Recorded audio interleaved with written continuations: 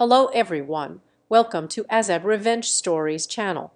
The paper hit my desk so hard it made my coffee mug jump. I looked up to see Brenda standing over me, her manicured fingers still pressed against the contract like she was branding it into the wood. Sign this non-compete, or I'll blacklist you in 48 countries. Your career will be over. Her voice was ice. I have connections everywhere. I stared at the document. 5 years of my life flashed before me. 5 years of building our international division from absolutely nothing. 5 years of 16-hour days, missed family dinners, sleeping in airport lounges, learning Mandarin and Portuguese and Arabic because I refused to rely on translators when closing deals. 5 years of creating something extraordinary while she sat in her corner office taking every ounce of credit. My hands were steady as I reached for the pen. "You're right," I said, meeting her gaze. "Connections are everything. Hi everyone, I'm Evelyn.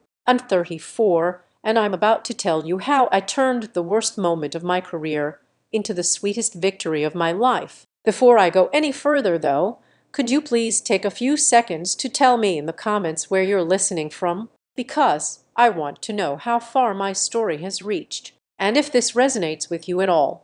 Please hit that like button and subscribe for more stories like this one. Trust me, you're going to want to hear how this ends. Let me take you back to the beginning, because you need to understand why I built before you can understand what she tried to destroy. I started at this global consulting firm straight out of business school. Nothing fancy, just hungry and determined to prove myself. They assigned me to help expand their operations internationally, which back then meant maybe 3 countries and a lot of wishful thinking. I threw myself into it completely. While my colleagues were networking at happy hours, I was on calls with potential partners in Singapore at 2:00 in the morning. While they were enjoying weekend brunches, I was flying to Sao Paulo to meet with manufacturers who could help us establish supply chains that didn't exist yet. The work was brutal, but I loved it. Every new market we entered felt like conquering a mountain. Every partnership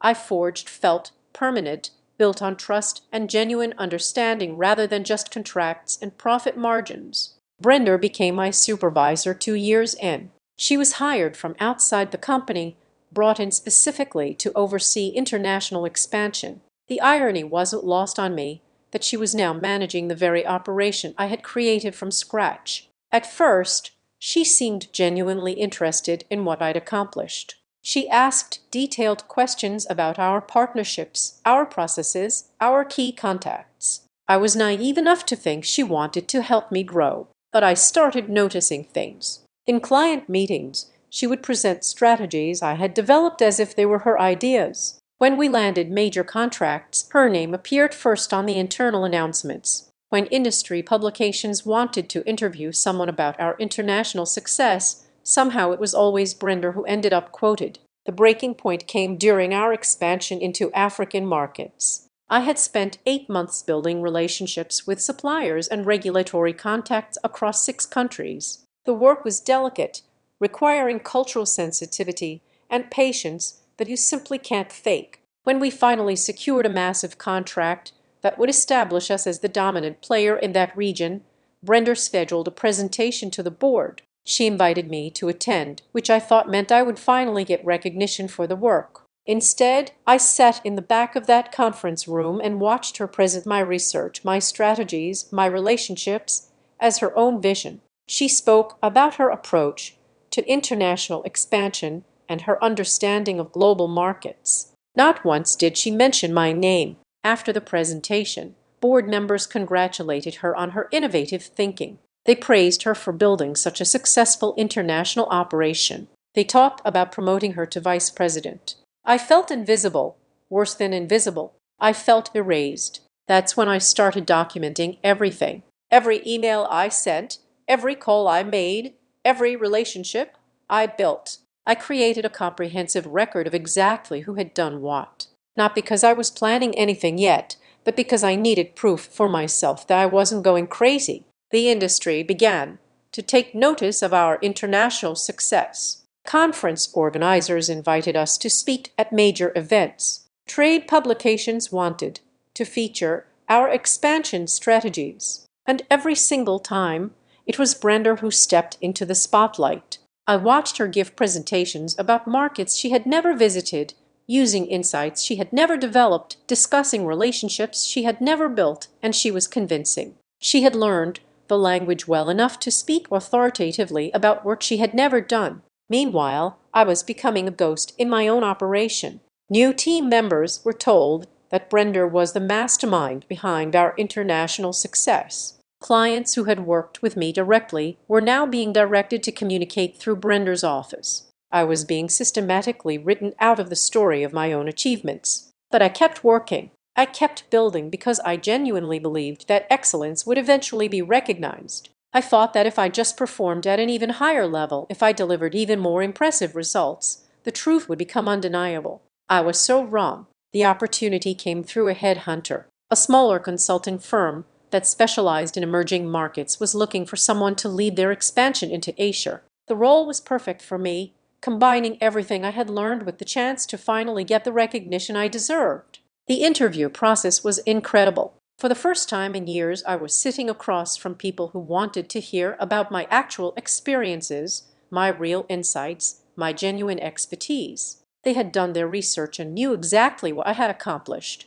regardless of whose name was officially attached to it. When they offered me the position, I didn't accept immediately. I wanted to give Brenda a chance to counter-offer to finally acknowledge my value to the company. I thought maybe this external validation would force her to see what she was about to lose. I requested a meeting and explained the situation honestly. I told her about the offer and said I was hoping we could discuss my career path within the company. Her response was immediate and devastating. "Evelyn, I think you're overestimating your contribution to our international operations. Yes, you've been involved in the implementation, but the strategic vision and relationship management has always come from my level. If another company wants to hire you for basic operational work, that's certainly your choice." Basic operational work. 5 years of my life dismissed as basic operational work. I asked for time to consider my options. That's when I made the mistake of telling her exactly what the other company had offered me, including the title and the scope of responsibility. Her entire demeanor changed. The dismissive superiority was replaced by something much more dangerous. She realized that another company valued me far more than she had pretended to, and that terrified her. "Evelyn, before you make any hasty decisions, you should be aware that your employment contract includes some very specific restrictions regarding competition and client relationships. I'd hate for you to find yourself in legal trouble." I had read my contract when I signed it 5 years earlier, but I pulled it out that night and studied every word. The non-compete clause was broad, but standard. It prevented me from working for direct competitors for 1 year and from soliciting our clients for 18 months. I thought I could work within those restrictions. The offer was from a different type of firm serving different markets. There shouldn't have been any conflict. But Brenda had different ideas. 3 days later, she called me into her office. That's when she slammed the contract down on my desk. "This is a revised non-compete agreement," she said, "much more comprehensive than your original contract. It reflects the sensitive nature of the international relationships you've been exposed to." I read through it quickly. The restrictions were insane. Not just 1 year, but 3 years. Not just direct competitors, but any company that operated in the same markets. Not just soliciting clients, but having any professional contact with anyone in our network. "This isn't legally enforceable," I said. "Maybe not in court," she replied. "But I don't need a court to destroy your career. I have relationships with every major firm in this industry across 6 continents. One phone call from me and you will find that doors stop opening. References become unavailable. Opportunities disappear." She leaned forward, her voice dropping to barely above a whisper. "Sign this non-compete or I'll blacklist you in 48 countries. Your career will be over. I have connections everywhere." That's when I picked up the pen and said those words that would change everything. "You're right. Connections are everything." Because as I signed that ridiculous contract, I realized something that Brenda had completely missed. Yes, she had connections, but I had relationships. For 5 years, while she was taking credit for my work, I had been building genuine trust with partners, suppliers, and clients around the world. They knew my voice on late-night calls when crisis struck. They knew my problem-solving style when deals seemed impossible. They knew who actually understood their markets, their challenges, their goals. Brenda had her name on the organizational chart and her business cards in expensive holders. But I had something much more valuable: respect earned through competence and consistency. I signed her contract without argument. Then I submitted my resignation, effective immediately. "Where are you going?" she asked. "I'm taking some time to think about my next steps," I said. "Exactly 90 days, actually. I believe that's the mandatory cooling-off period specified in this contract." Her smile was satisfied, almost predatory. She thought she had won. For the next 3 months, I disappeared completely from the industry. I didn't attend conferences, didn't take meetings, didn't respond to professional inquiries. To anyone watching, it looked like Brenda had successfully ended my career. But I wasn't idle. I was planning. I spent those 90 days studying the contract I had signed with obsessive detail. Every word, every clause, every possible interpretation. I consulted with 3 different employment lawyers, not because I wanted to break the agreement, but because I wanted to understand exactly what I could and couldn't do within its terms. What I discovered was fascinating. The contract was designed to prevent me from competing with my former employer or working with their clients, but it said nothing about creating entirely new categories of service that didn't exist when the contract was written. I also spent those 90 days reaching out to relationships I had built outside our immediate client base: vendors, suppliers, industry associations, regulatory bodies, academic institutions, people who knew my work but weren't covered by any contractual restrictions. And I researched. I studied emerging trends in international business, new technologies that were reshaping global commerce, regulatory changes that were creating opportunities and challenges that most consulting firms hadn't even identified yet. By day 89, I had a complete business plan for something that had never existed before. Not a consulting firm that would compete with my former employer, but an advisory service that would address problems the traditional consulting industry wasn't equipped to handle. On day 91, I filed the paperwork to establish my own company. I called it Global Insight Advisory, and our specialty was helping companies navigate the increasingly complex intersection of technology regulation and cultural adaptation in international markets. We weren't management consultants. We weren't implementation specialists. We were strategic advisors for challenges that fell between the cracks of traditional services. The timing was perfect. While I had been building traditional international operations for my former employer, the world had been changing rapidly. New trade agreements, emerging technologies, shifting regulatory landscapes, evolving cultural expectations. The old playbook was becoming obsolete, but most consulting firms were too invested in their existing approaches to adapt. I, on the other hand, had spent 90 days doing nothing but studying these changes and designing solutions. My first client came through a contact I had made 2 years earlier at an international trade conference. He was the head of strategic planning for a technology company that was struggling to expand into Southeast Asian markets. They had hired 2 different consulting firms and weren't getting the results they needed. The problem wasn't their strategy or their implementation. The problem was that they were approaching 21st century markets with 20th century thinking. They needed someone who understood both the traditional business fundamentals and the emerging realities that were reshaping international commerce. Our 3-month engagement was so successful that they immediately hired us for expansion into African markets. Then they referred us to 2 other companies facing similar challenges. Word spread quickly through networks I had been building for years. Not the official business networks where Brenda held influence, but the informal relationships between people who actually did the work. Project managers, regional directors, implementation specialists, technical experts, the people who knew, who really solved problems, and who just took credit for solutions. Within 6 months, Global Insight Advisory had 12 clients across 4 continents. We were profitable from month 3. We were turning down projects because we couldn't keep up with demand. But the real victory came when the industry started to take notice. Trade publications began writing about our innovative approach to international expansion. Conference organizers invited me to speak about emerging trends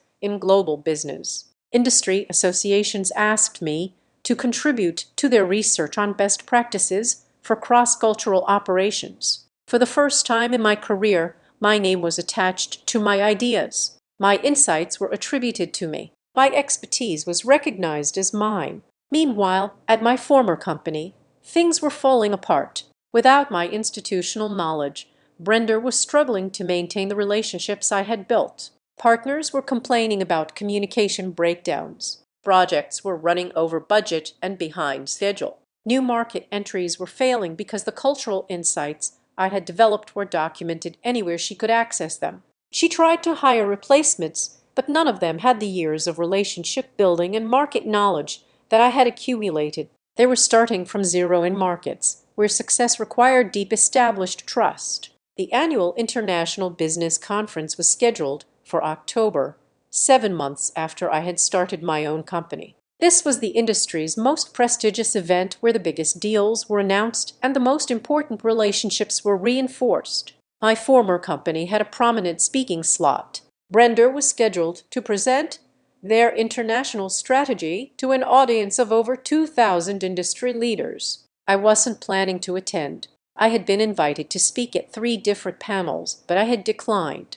I wanted to avoid any appearance of competing directly with my former employer. But 3 weeks before the conference, I received a call that changed everything. James Morrison, who served on the board of directors at my former company, requested a meeting. He had heard about Global Insight Advisory through multiple channels and wanted to discuss a potential collaboration. We met at a neutral location, a quiet restaurant downtown. James was direct and thoughtful, asking detailed questions about our approach, our results, our vision for the future of international business. Halfway through our conversation, he said something that stopped me cold. "Evelyn, I have to ask you something directly. Were you the primary architect of our international expansion over the past 5 years?" I chose my words carefully. I was significantly involved in the development and implementation of many initiatives. "That's not what I asked," he said. James Patterson from Morrison Industries told me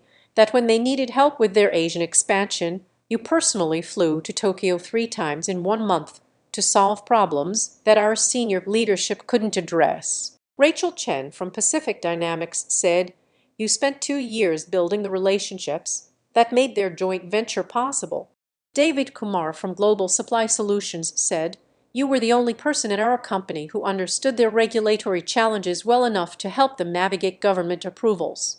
He paused, studying my face. "These people don't know Brender exists. They've never heard her name, but they all know you." I didn't respond immediately. The non-compete contract I had signed prohibited me from disparaging my former employer or discussing internal operations. "James, I'm not able to comment on internal company dynamics, but I can tell you that I'm proud of the work I did and the relationships I built." He nodded slowly. "I thought so, which makes me very curious about something else. Brender is presenting our international strategy at the conference next month, but based on what I'm hearing from our partners, our international operations are struggling significantly. Projects are failing, relationships are deteriorating, and we're losing ground to competitors in every major market." That's when I understood why he had really wanted this meeting. The board was starting to realize that something was very wrong with their international division. They were seeing the results without understanding the cause. They knew that the person who had built their success was gone, but they didn't know why or how. "James, I can't discuss my former employer's operations, but I can tell you that international business is becoming increasingly complex. Success requires deep relationships, cultural understanding, and the ability to adapt quickly to changing conditions. Companies that rely on outdated approaches or that don't invest in building genuine partnerships are going to struggle." He understood exactly why I wasn't saying, "Would Global Insight Advisory be interested in consulting for companies that are struggling with international operations?" "That depends on the specific situation," I said. We work with companies that are serious about innovation and adaptation. We don't work with companies that are just looking for quick fixes or that aren't willing to acknowledge fundamental problems with their approach." We shook hands, and he said he would be in touch. 2 weeks later, he called with an update that made everything clear. Brenda's presentation at the conference had been a disaster. She had prepared remarks about our successful international expansion, highlighting major achievements and outlining ambitious plans for future growth. But she had made a critical error. She had based her presentation on outdated information and had fundamentally misunderstood several key relationships. When she claimed credit for establishing our partnership with a major Asian conglomerate, the CEO of that company was sitting in the front row. He interrupted her presentation to ask why the joint venture she was describing bore no resemblance to the actual agreement they had signed. He also wondered why their primary contact at our company, who had spent 2 years building the relationship, was no longer with the firm. When she discussed our expansion into African markets, 3 different partners stood up to ask why their contracts hadn't been honored and why communication had broken down so completely that they were considering legal action. When she outlined plans for entering new markets, industry experts in the audience pointed out that her strategies ignored recent regulatory changes that made her approach completely unfeasible. By the end of her 30-minute presentation, the audience was restless and confused. The question and answer session became an interrogation. Partners were publicly questioning our company's competence. Competitors were taking notes on our weaknesses. Board members were looking increasingly uncomfortable. The aftermath was swift and brutal. Within 48 hours of the conference, 3 major partners had formally requested meetings to discuss their concerns about our international operations. 2 clients had initiated reviews of their contracts with us. Industry publications were running articles questioning whether our company could maintain its international leadership position. James called me the following Monday. The board met yesterday in emergency session. He told me, "We're facing a crisis that we don't fully understand. Our international division is falling apart, but we don't know how to fix it because we don't understand what we did right in the first place." He paused, and I could hear the frustration in his voice. "Evelyn, we need help. Not just consulting help, but someone who understands our business, our relationships, our challenges. Someone who can help us rebuild what we've lost." "What about Brenda?" I asked. "Brenda has been reassigned to our domestic operations. She'll be managing our regional office in Denver." I felt a moment of satisfaction so pure it was almost overwhelming, but I kept my voice professional. "James, I appreciate your confidence in Global Insight Advisory, but I need to be clear about something. We don't do traditional management consulting. We help companies adapt to new realities and international business. If you're looking for someone to restore your old approach, we're not the right fit. That's exactly what we need." He said, "We need someone who can help us build something new, something that works in today's environment. We need innovation, not restoration." We negotiated for 2 weeks, not just about scope and fees, but about structure and autonomy. I made it clear that Global Insight Advisory would operate as an independent partner, not as a traditional consultant taking direction from internal management. The final agreement was better than anything I could have imagined when I signed that non-compete contract 8 months earlier. Global Insight Advisory would become the exclusive strategic advisor for all international operations at my former company. We would have direct access to the board, independent budget authority, and complete autonomy over our methodology and approach. We would help them rebuild their international division from the ground up, but we would do it our way. And Brenda, she would have no authority over international operations whatsoever. The official announcement went out on a Tuesday morning. Industry publications covered it as a major strategic partnership. Partners and clients who had been concerned about our company's international competence suddenly had confidence restored. But for me, the sweetest moment came 3 days later when I received an email that had been forwarded through multiple channels. It was from Brenda, sent to the executive team with a subject line that read, "Concerns about external partnership." The message was exactly what I expected. She questioned whether it was wise to work with a consultant who had such intimate knowledge of our operations. She wondered whether there might be conflicts of interest. She suggested that the company should consider developing internal expertise instead of relying on outside advisors. The response came from James, copied to the entire executive team. Brenda, thank you for your input. However, decisions regarding international operations are no longer within your purview. Global Insight Advisory was selected based on their proven expertise and their understanding of the relationships that are critical to our success. We are confident that this partnership will restore our leadership position in international markets. I printed that email and kept it in my desk drawer, not as a trophy, but as a reminder of something important. The best revenge isn't destruction, it's creation. While Brenda had spent her energy trying to bury me, I had built something she could never control. While she had plotted to end my career, I had created a business that made me more successful than any traditional employment could have offered. The partnership with my former company lasted 2 years and was incredibly successful. We rebuilt their international division, established new market leadership, and created approaches that became industry standards. But more importantly,